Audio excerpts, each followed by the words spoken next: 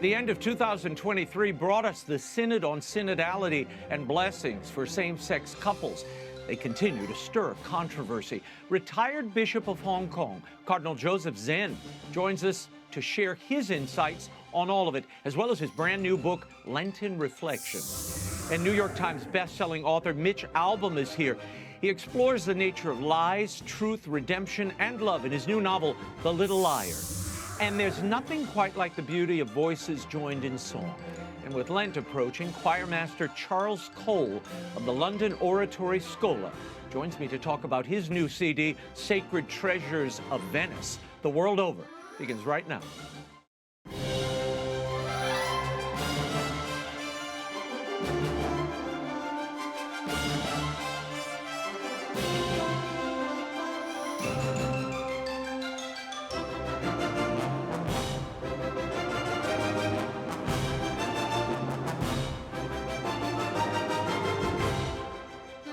Now, Raymond Arroyo. A warm welcome to all of you joining us in the United States and the world over. If you'd like to comment on tonight's show, send me an X post. I am at Raymond Arroyo. First, some news. Over the last 7 days, amazingly, 3 bishops in 3 different dioceses in China have been ordained with the approval of both the Chinese Communist government as well as Pope Francis.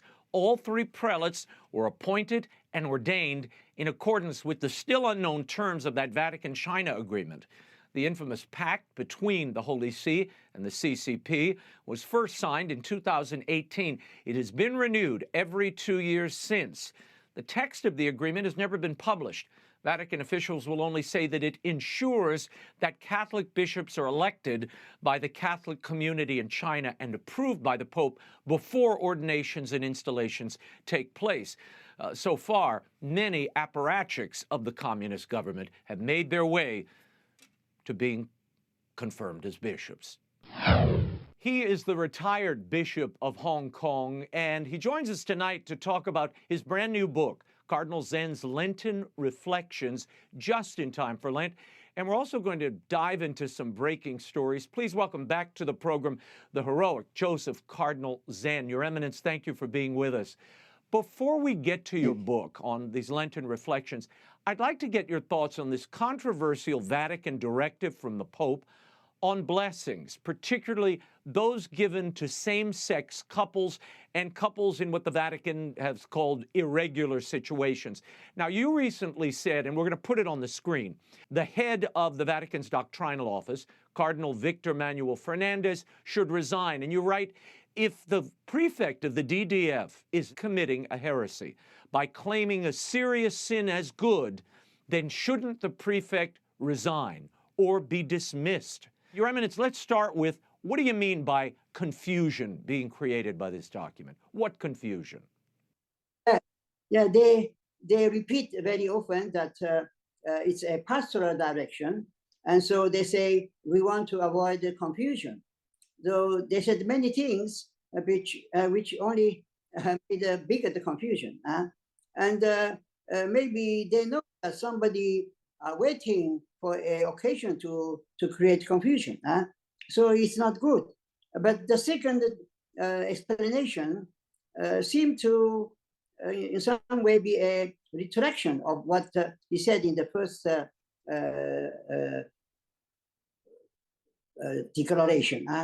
And he seems to understand there is a confusion in the church.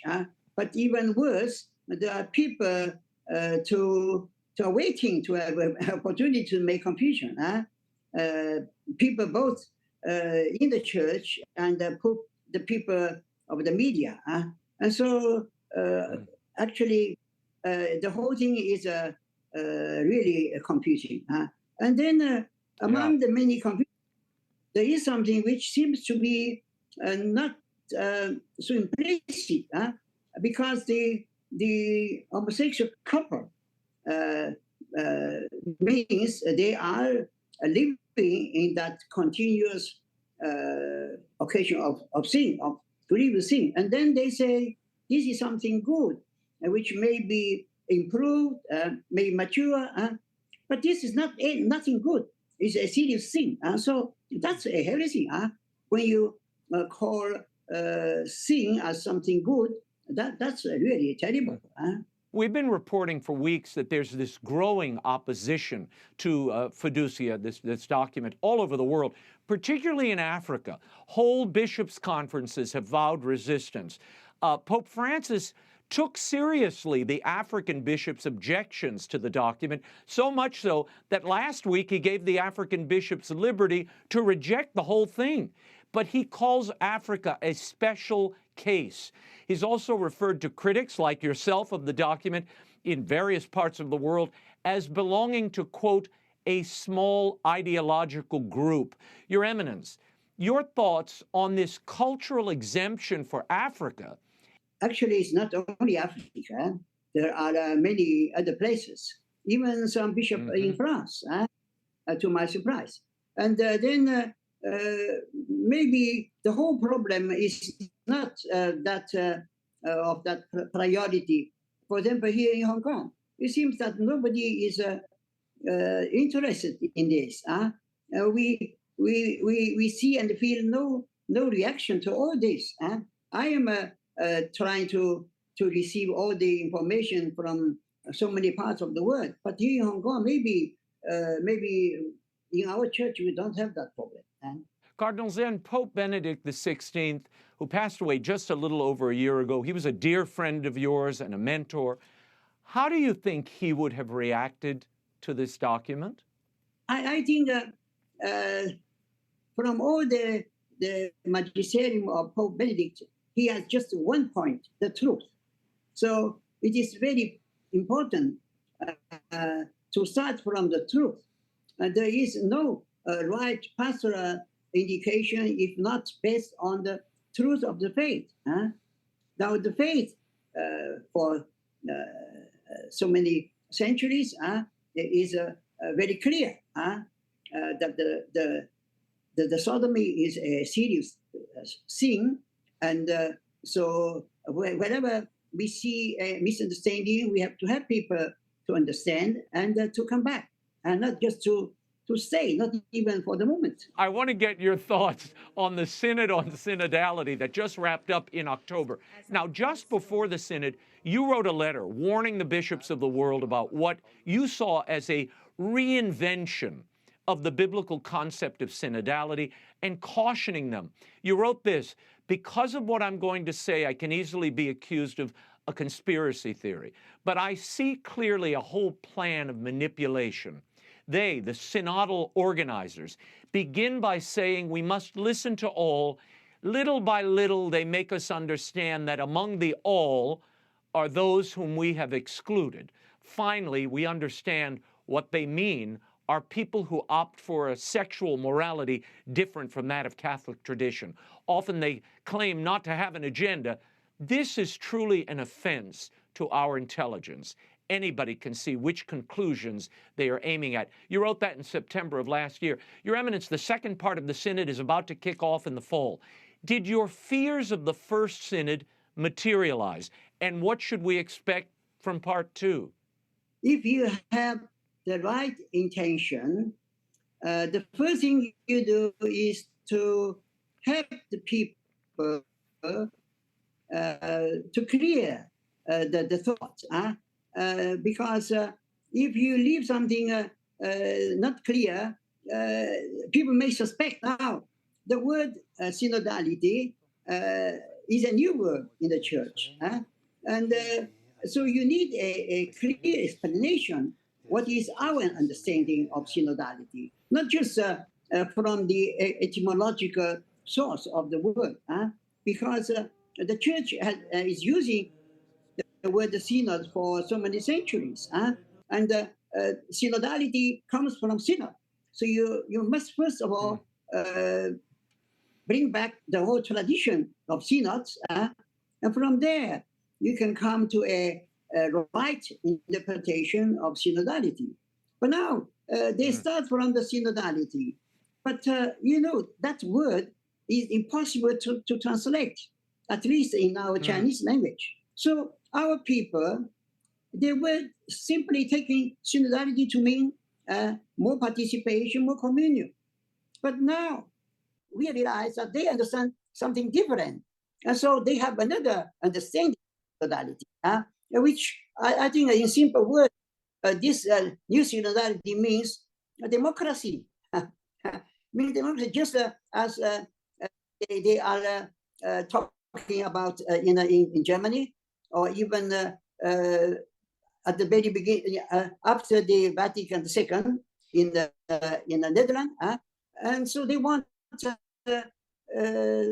absolute democracy. Then, if that is approved, then anything can be changed, and the doctrine of faith and about the morality. So that's very dangerous. Your Eminence, I was very surprised that after the Synod, we heard no talk of same-sex marriages or even LGBT in the final document, but then all of a sudden this blessing of same-sex couples is just announced. There was no Synod discussion of that, and we're already seeing pictures and videos coming from all over the world of what appear to be priests blessing same-sex couples, and they're in front of altars, they're in wedding dress, matching dress, yet Pope Francis and the doctrinal office still say the priest is blessing individuals, not the union, not the couple. And the Pope said this week, everyone will calm down about these blessings. Do you think they will, and should they? I saw an agenda at the very beginning, but now it's clear what was the agenda. You should remember that the small footnote in the Amoris Laetitia. You must remember that on the Viri Probati. Okay, those were half failures for those who had that agenda. But now it's obvious. Everybody can see clearly what was the agenda. They say, no, we don't have agenda.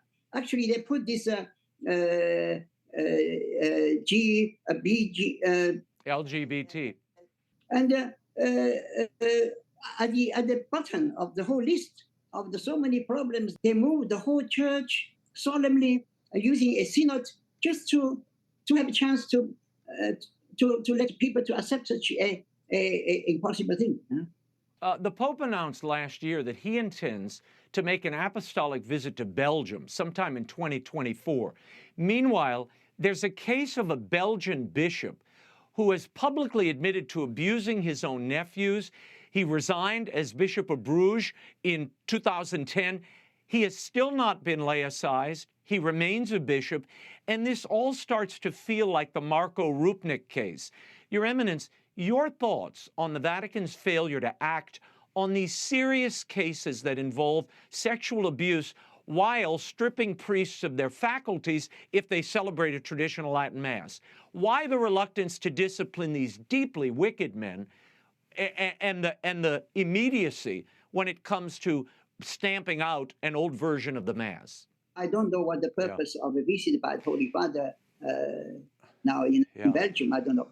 But I am more surprised about this strong campaign against the Trident and Mass. At least, as far as I know, those people who cherish that Mass, they are so good people. I never saw any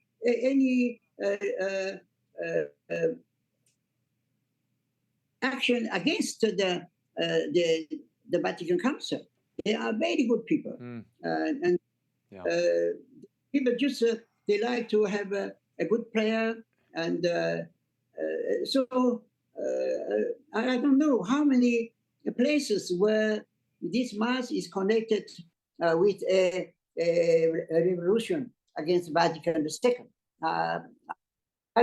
I would be very surprised. It's a chimera. This is sort of created. I've never seen it. I've never seen a whole parish of people who just hate the Vatican and hate Vatican II.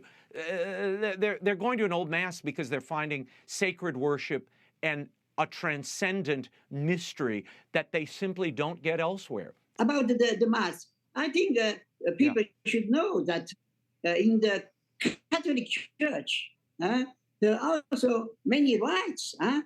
We have many Catholic dioceses of the Oriental rites, they are very different from the post Vatican II Mass. And so, why should they be so worried about one more, which is not new, Right. which was the Mass for years in the church? Your Eminence, let's talk about happier matters. Your new book, Cardinal Zen's Lenten Reflections, it was just released. What inspired you to compile this book of meditations for Lent? I know you released a set of Advent reflections last year, which I have. Tell me about these reflections and where they came from. Now, I think the inspiration did not come from me, but from a friend of mine. And he came to know that I wrote many homilies for 3 years on the Sunday lectures, and then I issued several pastoral letters before Advent, before Lent, and he had them translated, and he saw it may be useful to collect some pieces and make a little book for Lent. Now may be useful, so I'm happy for that. You divided the book into two parts. There's a Lenten part and an Easter portion. And I have to say, I love that you've included reflections on the light and hope of Easter. There's a particularly beautiful section about suffering persecution. It's in the second part of the book. You write this: what should the faithful do amid persecution? Peter's exhortation is filled with the wisdom of the Holy Spirit. Blessed are you who suffered for righteousness. Do not be afraid. Give me a sense of what you would say to Catholics and other Christians who are suffering persecution, no matter where they are in the world, merely for their belief in Christ.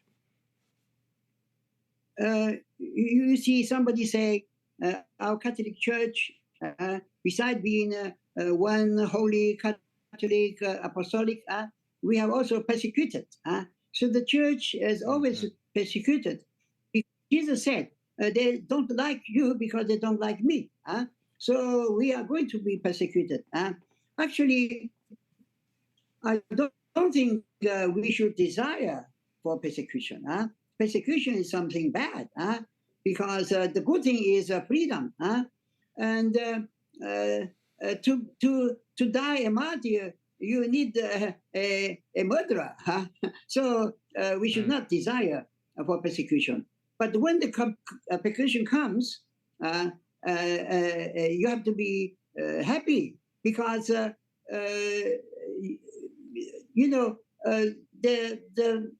strength which comes to the martyrs are not their own strength. The God who allows for persecution, He gives the strength. Before we run out of time, we spoke last time of the late Pope Benedict XVI. You had the opportunity to attend the Pope's funeral, and there was a very touching moment when you paid tribute to your friend and mentor at his casket there in the Basilica. Tell us your thoughts at that moment, and what do you think will be Pope Benedict's legacy? I want to tell first about his legacy. As I just mentioned that moments ago, he was the man of truth. And nowadays, it's hard for somebody to tell the truth, because when you say you have the truth, people think that you are arrogant, because they don't believe that there is any truth. There are only viewpoints. That's a terrible thing. We believe in truth because God has given us a reason, and we have also a revelation, which is the word of God. And so Pope Benedict did everything to defend the truth, even knowing that many people were simply refusing him, even you start talking about the truth. But that's the source of liberation. The word of God says, only the truth will free you. So the truth gives us the real freedom. And so to be able to be present at funeral was I think simply a big honor. So I did the procession, so I used the stick to come. And so I wanted to be seated before the procession. And once seated there, I thought, oh, I am the only bishop from Hong Kong and from the whole of China. So I felt that I represent all the Chinese, grateful for the wonderful things Pope had done for our church in China. We are so happy to see you, and thank you for being here. Cardinal Zen's Lenten Reflections by Joseph Cardinal Zen is available at bookstores everywhere and online, including EWTN's catalog. Thank you so much, Your Eminence. Thank you, Aaron. My next guest is a screenwriter, playwright, syndicated columnist, and a New York Times bestselling author. Tuesdays with Morrie spent 4 straight years atop that prestigious list, and his latest novel, The Little Liar, is set during the Holocaust, and it explores love and redemption in the midst of that very dark reality. Please welcome back to the show, Mitch Albom. Thank you so much for being here and for taking the time. This latest novel, as I mentioned, it's set during the Holocaust, and it focuses, Mitch, on the lives of these 3 children in Greece, who are all victims of deceptions and the deceptions of war. And it deals with the nature of truth and the grace of redemption. Now, I know the idea for this first came to you when you were in a museum. Tell us which one and how the idea came.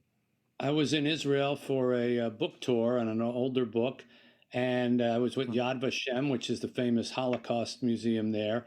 And on the walls are different videos of people who were survivors who were recorded talking about that period of time. And I happened to stop in front of one where a woman was talking about how people have asked her over the years, why did you get on those trains if you know those trains were taking you to concentration camps and your deaths? And she said, we didn't know. We were fooled because the Nazis would often use Jewish people under the threat of death to trick them and stand on the tracks and say, it's safe, you can get on the trains. And I thought this is just a particularly cruel ruse to, use your own people against you. And so the idea always sat in my brain that there was a book there somehow. And then when I decided to make it about a little boy, that's when it kind of came together in The Little Liar.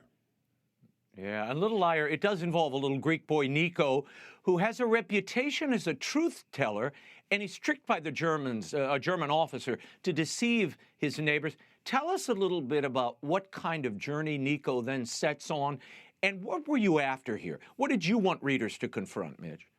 I wanted people to ask themselves, what's the biggest lie they've ever told? What were the consequences of that lie? And what would you do to be forgiven for that lie? And in Nico's case, as you point out, he's 11 years old, has never told a lie. He gets tricked by the Nazis when they invade his town in Greece to stand on the platform and tell people it's okay, the trains are going to be safe, they're taking you to new jobs and new homes. And only on the very last day, when he sees his own family and this little girl that he loves being pushed into a boxcar, does he realize that he has been tricked and that these trains are actually going to the concentration camps and he's not allowed to go. And so the book follows him and his brother and the little girl that they both like and this Nazi who tricked him for the next 40 years, showing the ramifications of that one lie, Raymond, that one lie on all of their lives, and shows you the power of a lie when it is that evil and the need for forgiveness of something like that, the magnitude that we require when we want to be forgiven. Yeah, no, it's a life-affirming and really moving story. Look, I don't want to spoil it for anyone, but The Little Liar is a meditation on truth, ultimately. And what happens when Nico learns the truth really sets him in the opposite direction. He becomes a pathological liar, Mitch. I mean, and it really ends up being a powerful fable, I think, for all of us. Do you think truth is a casualty in today's culture? And at what price? 100%, Raymond. It is. And I think we live in a world where we're all choosing our own truths. There's even this expression, my truth. People say that all the time as if they're proud of it. And it's like, well, wait a minute. If your truth doesn't match my truth, then what is the truth? And I think when you live in a society where someone can put a falsehood up on a little device, a little phone or something, and in 15 seconds, the whole world has read it, before it exemplifies that old expression, the lie travels around the world before the truth can put its pants on. And we really live in a world like that today. I'll say. And look, I was stunned to learn, Mitch, that 20% of young Americans believe the Holocaust is a myth. How is that even possible? And then there was another, 33% who said it might be a myth. I mean, this is like mind-blowing. It is. It's shocking. And, I grew up, Raymond, in a neighborhood with a lot of older Jewish people that lived in it, and many of them would wear long sleeves, in the summertime. And I remember as a little boy asking my mother, why are they wearing it? It's so hot outside. They have these long sleeves. And she'd say, well, they have these numbers tattooed on their forearms and they don't want people to see. And I said, well, why not? And she said, well, I'll tell you when you're older, and of course I found out when I was older. Well, many of those people are no longer around to tell the story of what happened. And I read that same report that you did about 20% of young Americans thinking that the Holocaust is a myth. And interestingly, that same study, anyone over 65, it was 0% think that it's a myth. Right. So that shows you that the people who know people and remember that period of time can tell you, no, it's not a myth. And yet you have young people somehow coming up and saying, we don't want to hear that. We know better. That's one of the reasons I wrote The Little Liar, was because I wanted in my literary career before I died to contribute at least one book that would push forth again the idea that this can never happen again. And it was very, very real. And everything in The Little Liar, except the 4 fictional characters, is actually true and true events and based on true events, to try to bring home the point about how horrific that period of time was. Yeah. Mitch, how long did it take you to assemble the book? I mean, a book like this, I know it was big. I know how, at times you grab things here and there as you go. But how long did it take you from the inspiration at Yad Vashem till now? Well, I like to say, books take me about 1.5 years to write and a lifetime to think up.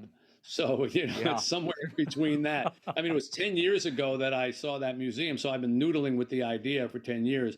But when I finally came up with the idea of truth being the narrator of the book, that's when I sat down and I said, okay, I'm going to do it. I wrote this one page that said, it just kind of came to me one morning and I said, you can trust the story you're about to hear. You can trust it because I'm the only thing in the world you can trust. I'm the mirror that holds your final reflection.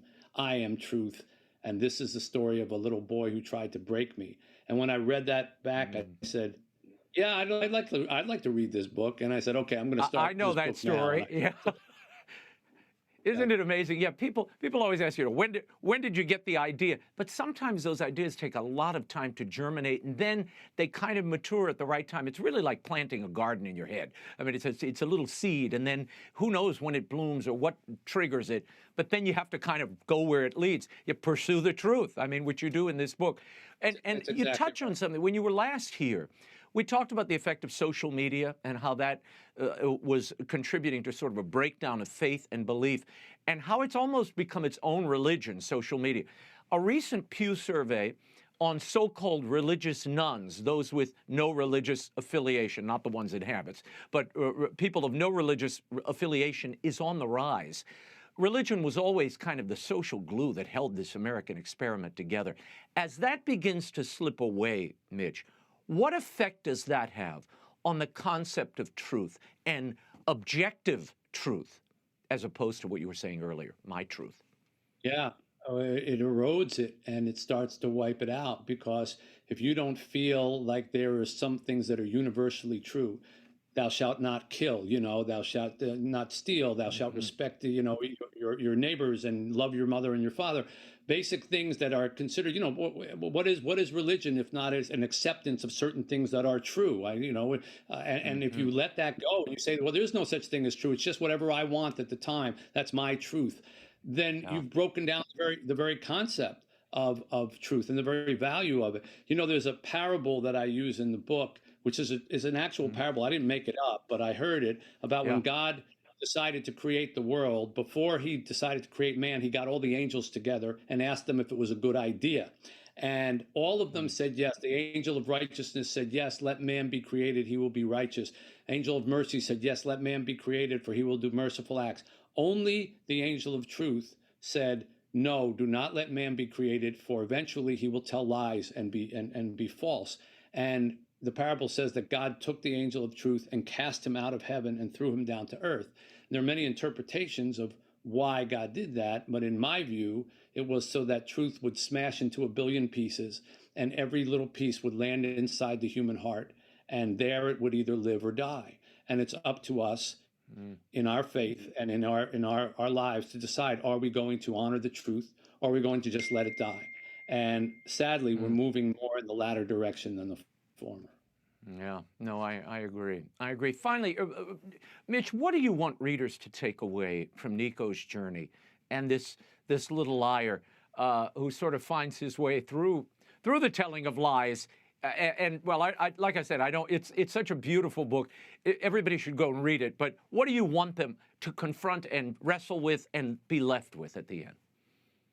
Well, I can't write a book without hope, Raymond, and I've been teased about that. A critic once ripped me apart in a whole review, and at the end he said, he's just the king of hope, as if it was a bad thing. I thought, well, that's actually not too bad. I'll take that, So that's an honor. There is, yeah, I think so. But the book is a hopeful book, and it deals with forgiveness, which goes back to my time with Tuesdays with Morrie. I always say all my books contain a little slice of Tuesdays with Morrie in them. And my visits with Morrie, a lot of it, he talked about forgiving people before you die. And Nico seeks forgiveness his whole life. And Fanny, the little girl who was in love with him, tries to find him her whole life to forgive him. Of course, he's changed his name. He's changed his identity. He doesn't live anywhere near where. So it takes them a lifetime to find each other again. But it's all about ultimately the idea that, yes, you could do something that's wrong, but if you earnestly seek forgiveness and others earnestly seek to forgive you, in the end, there can be a hopeful ending. And that's what I'd like people to take away when they read The Little Liar. No, Mitch, I have to agree with that critic. You really are the king of hope. I mean, all these stories are hopeful and redemptive, and to me, that's what makes them so appealing. And I think so. Well, they cut to your heart, and they're rare. It's a handful of authors who are doing any of that today, which I think are wrestling with the eternal things we all as human beings deal with, and not only what we deal with here, but what we will be dealing with in the next life. So to touch on that is, I know, a brave walk, and one you've done repeatedly, so beautifully over all these years. So The Little Liar really is, I think, another beautiful, hope-filled book that confronts the truth of where we are as well. The Little Liar, a new novel by Mitch Albom, is available at bookstores everywhere. Online, you can follow him on X at Mitch Albom. And Mitch, always a pleasure having you. I hope you'll come back. I sure will, Raymond. Thanks so much. He's the director of one of the most prestigious boys' choirs in London. The London Oratory Schola Cantorum Boys' Choir was founded in 1996. You've already heard them on the soundtracks of The Lord of the Rings and the Harry Potter series. They've just released a brand new CD, a unique collection of sacred music titled Sacred Treasures of Venice. Here to tell us all about the new project is Charles Cole. Charles, thanks so much for being here. Sacred Treasures of Venice continues this anthology of sorts of sacred music, which is drawn from the liturgical repertoire that the Schola sings at the oratory. What inspired this new collection? I think partly my own personal love of Venice. I love going to Venice, but Venice is an incredible place. Its history of music and composers is so rich. Of course, Venice was an incredibly powerful, important place, and there was a spiritual power concentrated there as well as political. And some of the composers who were writing music for the Ducal Chapel, which, as we know better as St. Mark's Basilica, were so outstanding. So there's an extraordinary wealth of beautiful, beautiful music that we wanted to draw upon. Is that why you chose Venice as well as St. Mark's Cathedral as the location? I mean, that really is where you recorded the album for the choir to sing. The recording was made in London, in fact, but we did sing in St. Mark's. We were very, very fortunate to sing right in front of the tomb of St. Mark, the evangelist himself. But the recording itself was made in London. Well, and the composers of these sacred treasures lived and worked through the culmination of the polyphonic age, which was a unique period of musical transition at the end of the Renaissance and beginning of the Baroque era. Tell us, what's the significance of choosing an a cappella repertoire, which your choir focuses on, as opposed to mixing choir and instruments? Well, towards the end of that period was when instruments were starting to be used in church, and in really St. Mark's is where a lot of that was pioneered. And the point at which the music that we're singing is drawn from is right at the end of the polyphonic period and right at the beginning of the new age that we would come to know later as the Baroque period. The culmination of the polyphonic period is its absolute peak. It's when those composers, I think, are working at the absolute zenith of their powers. It's an amazing time.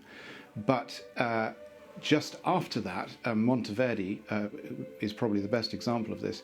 Is a composer who was conscious at the time that he was on the threshold of a new era, and so he was writing in an old style, which he literally called the stile antico, the first practice, and in a new style, the stile moderna, which was known as the second practice.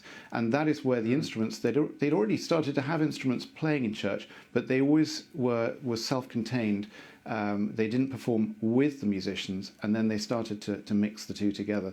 So really our recording is concentrating on the a cappella part of it. I want to give viewers a little taste of what we're talking about. Here's a bit of Sacred Treasures of Venice, sung by the London Oratory Schola Cantorum Boys Choir. Watch.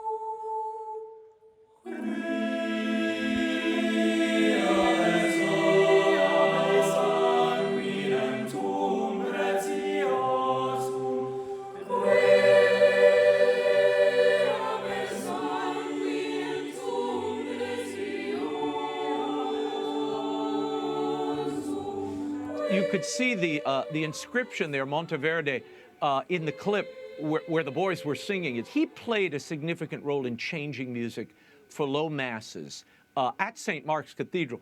For those who don't know, explain the significance, the importance of Monteverde to choral music, and really his influence on the form. He was such a giant in this area. He certainly was. He absolutely, he spanned the end of the polyphonic period and the beginning of this new period, what would become the Baroque period. And he came from Mantua. He wasn't actually Venetian. He came from Mantua and eventually got the job he'd always prized, which was to be the maestro di cappella at St. Mark's. And in that clip there, you see us singing around his tomb, which is not actually in St. Mark's, but in the Frari Church in Venice, which is a very, very significant church. It's the place where they laid to rest some of their greatest artists. Titian, for instance, the artist, is also buried in that church. So Monteverdi, really, his music and his most famous piece would be the Monteverdi Vespers, which we also performed last year. We had a sort of big Venetian year last year, which started with this recording, and then a performance of the Monteverdi Vespers, and finally a tour to Venice, which is what that footage comes from, when we were able to sing both in the Frari Church, where Monteverdi is buried, and in St. Mark's, where he worked.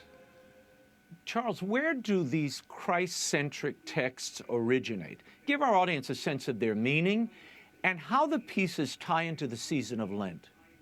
Well, the music on the CD comes from all sorts of different parts of the liturgical year. Adoramus te Christe is a very devotional text. It's a very beautiful text, which is handled so beautifully by Monteverdi. It's quite incredible. But there's also a number of other texts in this recording. We have Easter texts in there. There's a text from Good Friday, So we span quite a few different parts of the church year. The thing that ties the whole thing together, of course, is that all of the composers worked in Venice. Before I go, give me a sense of the rigorous training that these boys undergo to produce this sound and incredibly tight harmony. I mean, this sacred polyphony and chant, this isn't something you just walk in and sight sing. I mean, you really have to go through an extensive training, and there's a lot of breath control and pitch and harmonics that go into this. Give me a sense of their training. You're absolutely right. There are no shortcuts to this kind of music making, and I think that's what makes it stand out. You know, we live in a time where we look for shortcuts all the time, but there's just no way around the hard work. The tuning particularly has to be very, very good, and the boys have to develop a really good ear so that their tuning is absolutely spot on. And the spheres of the harmonic spheres, which most of this music oscillates between, the tonic, the dominant, and the subdominant, have got to be so perfectly aligned and tuned so that everything works really, really well. The boys have a very, very punishing regime, really. They work every morning before school. They're rehearsing with me for an hour, and then they have their school day, and they also they have rehearsals during the school day as well. And I think another part of it that's important here is that this choir has something I'm quite proud of, really. The average age of all the singers in this recording is 14. So you've got boys who are as young as 9 and 10, going right up to 18, and then a few of our Newman scholars who are boys who have just left the choir, who are sort of 19 and 20. So that's the age range. And one of the boys said something really very interesting and very insightful to me recently. He said that when he was a treble singing the top line, it was like soaring through the clouds, flying above everything, and an amazing, exhilarating feeling. And now that he's a bass, he stands on the ground looking up at the harmony. I think that's just an amazing way to sort of put it. And it shows that difference as they transition through the different voice parts, how they experience the same music, but in very different ways. Yeah, no, it does. And you do visualize and place the tone. You know, people who don't sing don't have that, they don't have to worry about this. But when you're singing, you do have to sort of place it and see it. So I totally understand what he's saying. And when you hit those bell-like tones, on the rare occasions you can hit them, Charles, in my case, you know, you do feel like you're soaring above, you know, the world. It's an incredible feeling. But the breath control, you know, that capacity of breath and the release, that is such a difficult thing, particularly for young people. I have to say, Charles, I couldn't really find my diaphragm, I think, until I was 25 or 26 years old. You know, and I had voice and singing training throughout my whole life. It does take a lot of time to really figure out the mechanics of it, the musculature of it. I think that's true, and also for younger children, they've got to work on their concentration. They've got to be resilient and be able to concentrate for a long period of time. And also in polyphony, there's a particular other area which is it's a sort of it's like a little version of Christianity. We all have to look out for each other and be kind to each other. And so when we're singing music, you're having to listen to the other parts. You're having to hand on a good lead to another part that's going to draw its tonality from you, and that kind of looking out for each other. That's a very important part of polyphony as well. So I think there are other skills that they can learn from this music. I agree. I think it teaches you concentration, accommodation of others, that you're not the center of everything, and there is a certain refinement of heart, I think, when you sing material like this, because it just opens you up to the power of music, the power of God and worship. And this repertoire is just so rich. This isn't like you're just doing a show tune. Not that there's anything wrong with show tunes. I love show tunes too. But there's a richness here that I think does something to a young person when you expose them to it in their formative years. Has the Pope's restrictions on the celebration of the ancient form of the liturgy in any way affected what you do at the London Oratory Schola, Cantor? It hasn't, no, because we sing the Saturday evening Vigil Mass, which is a Novus Ordo Mass. So we haven't seen any impact from restrictions at all as things stand at the moment. which is good. I think it's really important that this treasury of music is looked after. It's so special, and it is sacred in that true sense. It has that purpose, and as you made a very good point there about how this music does seem to refine the heart. Yes. It sort of aligns the soul. It tunes the soul into what it ought to be in an attempt to encounter the divine. Well, it's truly sacred music. And Charles, when we have more time, the roots of polyphony and chant, I mean, this goes back to the very origins of human expression in song. I mean, and certainly the earliest days of the church. It touches all of that. So it kind of is, it's like our opera, and we should protect it, and it should be elongated and moved into the future, because it is the entire tradition moving through time. And there's not something fuddy-duddy or rigid or passive about it or wanting to go back. It's preserving what is and what always will be. What's next for you and the Schola? Our next tour is going to be to Italy again. We had such a great time in Venice last year, so now we're going to be going to Florence, and looking forward to that very much, because that's another amazing place. And the following year, we're working on a tour to the United States.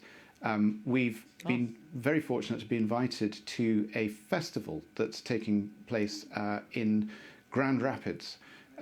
Next year, 2025, is a very, very significant year. It's the 500th anniversary of the very greatest Renaissance polyphonist, Palestrina. He was born in 1525, and he died in 1594. And this festival is going to last for the whole year, and they've invited 3 British choirs and a whole host of American choirs to come and take part. So we'll be in the States in July 2025, and I'm hoping to build a tour around that. Yeah, well, we look forward to that. And in the meantime, Sacred Treasures of Venice by the London Oratory Schola Cantorum Boys Choir is available now at music outlets everywhere online, including Amazon and Apple Music. Thank you, Charles. Thank you. My next guest's personal experience will certainly speak to the many of you who are either caring for or did care for loved ones who are ill. She is the Director of Communications at EWTN, the author of a very personal new book, Walking the Way of the Cross for Caregivers, How to Cope Practically, Emotionally, and Spiritually When a Loved One has a Serious Illness. Here to share with us her inspiring story is Michelle Lockie Johnson. Michelle, thanks for being here. As anyone who has done it certainly knows, caring for a loved one who's seriously ill can be an enormous challenge. I want to start with your own story. Tell us about your late husband, Stu, and what you both endured for 8 years. Well, my husband was an amazing man, and I was about to find out just how amazing. He had 3 bouts of cancer over 8 years, had his leg amputated up to the hip, and he became a quadriplegic. And during that time, I was working here at EWTN, thank God, because there was a very good healthcare program, and they did allow me to work from home when needed. But it was a time that was very difficult and yet very blessed. And one of the things that I really emphasize to people when I talk about this is, you know, you think sometimes in the beginning that it's just going to be all something terrible. There were so many beautiful memories that we created over those 8 years. We got so much closer to each other as we worked together to save his life. And his cancer was misdiagnosed for a year. So if that hadn't happened, you know, he'd probably still be here. But they told us he had very little chance of living more than a few months. And instead, he lived 8 years. You titled the book Walking the Way of the Cross for Caregivers. Why did you decide to arrange it that way and frame really what is also a spiritual and emotional advice book? Why did you decide to frame it in the form of the Stations of the Cross? Well, Raymond, I was actually in church about 7 years after my husband's death, and I had been kind of just messing around, writing different parts of the book and not really knowing how I was going to do this. And we were saying the Stations of the Cross, and all of a sudden, the things that had happened over those 8 years just started flashing through my mind. And I was just given to know that we really were walking the way of the cross. And I think it's a beautiful thing because, I didn't think of it that way when it was happening, but if you do, and I share that with people, it gives your suffering cosmic meaning. It just, it makes everything, because you're following Jesus's way. Michelle, you had two specific audiences in mind when you wrote this book. This is from the preface. Two kinds of people are likely to pick up this book. The first, and hopefully the largest group, will be those of you whose loved ones are ill and who are seeking advice, reassurance, and a companion to accompany you on the journey to which you've been called. Some of you may have picked up the book because you're wondering, how could there be any blessings in terminal illness, and whether pulling the plug, either literally or figuratively, isn't a better option. Michelle, talk to me about those two audiences and the case of Brittany Maynard, which you address in the book. I do, Raymond, and she became the face of the Right to Die movement a number of years ago. For people who don't remember, she was, diagnosed with what the doctor said was a terminal illness, and she didn't want to have to go through what she saw as a great deal of suffering. So her family took her to Oregon, where she did commit suicide. And I'm not telling that story to be judgmental about her, but I'm telling the story because I want people who read this book to see what I believe death with dignity really looks like. And it's not killing yourself, because we're going to go through the cross either way. When the person dies, that's another cross. And if you do it prematurely, you are going to miss so much. You're going to miss the opportunity to find out what selfless love really is. And I can tell you, you will have conversations with your loved one that you never would have had. You will have chances to go places and do things that'll be memories for a lifetime. And you will grow in virtue. It was a battle the two of us were fighting together, and it drew us closer to each other because, we came to depend on each other in different ways. And I got a chance to see, my husband was the bravest man I've ever seen. And there was so many instances where I got to see that. When he had his leg amputated, I've never seen more bravery in my life. We had to wait the entire day. We were sitting there. He couldn't eat, couldn't drink. They brought him in at the end of the day. And I watched him. We prayed together, and as they came in to wheel him out, he put his hands on either side of the gurney and just gave that nod like he was going into battle. And it's a memory. Yes, it's a hard memory, but it's also a memory of a man who wanted to be here for me. And it's a memory of love. In the book, you consider caretaking a calling. You write, whether he or she leaves earthly life or lives to fight another day, this experience will change both of you. If you understand your purpose here, it is more likely to make you better rather than bitter. Speak to me about the enormity of that role. Explain how caregivers can better understand what their really, not only their role, their responsibility is in that moment. And about the memories, you all made a determined effort to make new memories, even with the prospect of death looming. Yes, we did, Raymond. And what you just brought up is incredibly important, because if you understand your purpose, the Lord, the God the Father, sent his Son down to suffer and die for us. So I thought about that a lot, because otherwise, what's the purpose of all this? Jesus's purpose of coming down here was to save us, from our sins.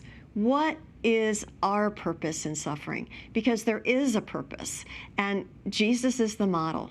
You know, as I read the book, it really does awaken you and sensitize you to not only the reason for our journey here, but the reason we go on this journey together, particularly when you're talking about spouses or parents, and the deep spiritual and life and eternal truths that can be gleaned from even these painful moments. So oftentimes, the healings we get are not the healings we expect. And that was sort of my big takeaway as I read your book. As I mentioned earlier, Michelle, November is National Caregivers Month. With the aging of the population, and very likely many more caregivers at home at this point in their lives, what's the most important message you want readers to take away from walking the way of the cross for caregivers? Well, you know, there's several messages that are important, and one is that the good times are not over, okay? And I have a whole chapter in there about how we went to a dude ranch in Wyoming when he only had less than a year to live, and, you know, there's good times. But the most important thing that people have to do is make the decision, number one, that they're in this for the long haul, and that they're going to walk with Jesus along the way of the cross in order to do this. You know, people will sometimes say, well, I couldn't have done what you did. And I want to say to them, well, I couldn't have done it either if I hadn't turned to God. Because anything I did that was good was a result of the grace that He gave me. I give examples in the book. For example, in the very beginning, I was standing outside of the room where my husband was laying, and I had to, he was waiting for me to wrap his leg because it was filled with cancer. And I didn't humanly want to go in there and do this, and I tell this story. But even if you turn just slightly to the Lord, which I did internally, and I was given this prayer, which is not the way I normally pray, and it was, Divine Physician, help me. And at that moment, I got the grace. And I walked in and I said, come on, honey, let's do this. And he was like, I'm so sorry I have to put you through this. And I said, it's not a problem. And it wasn't, because I got the grace. And so that's why we cannot take this into our hands. It's important that as a couple or as a family, whatever you're working together, and you know you're not doing it of yourselves. Because most of us, I would say all of us, could not do it if we didn't have Jesus by our side. And I so mean that. Michelle, thank you for being here. Walking the Way of the Cross for Caregivers by Michelle Lockheed Johnson is available in bookstores everywhere and online, including EWTN's catalog. That is all the time we have for now, but be sure to catch us next week. Until then, we'll be scouting the world over for all that is seen and unseen. On behalf of the staff and crew of EWTN News, thank you for watching. I'm Raymond Arroyo. Bye now.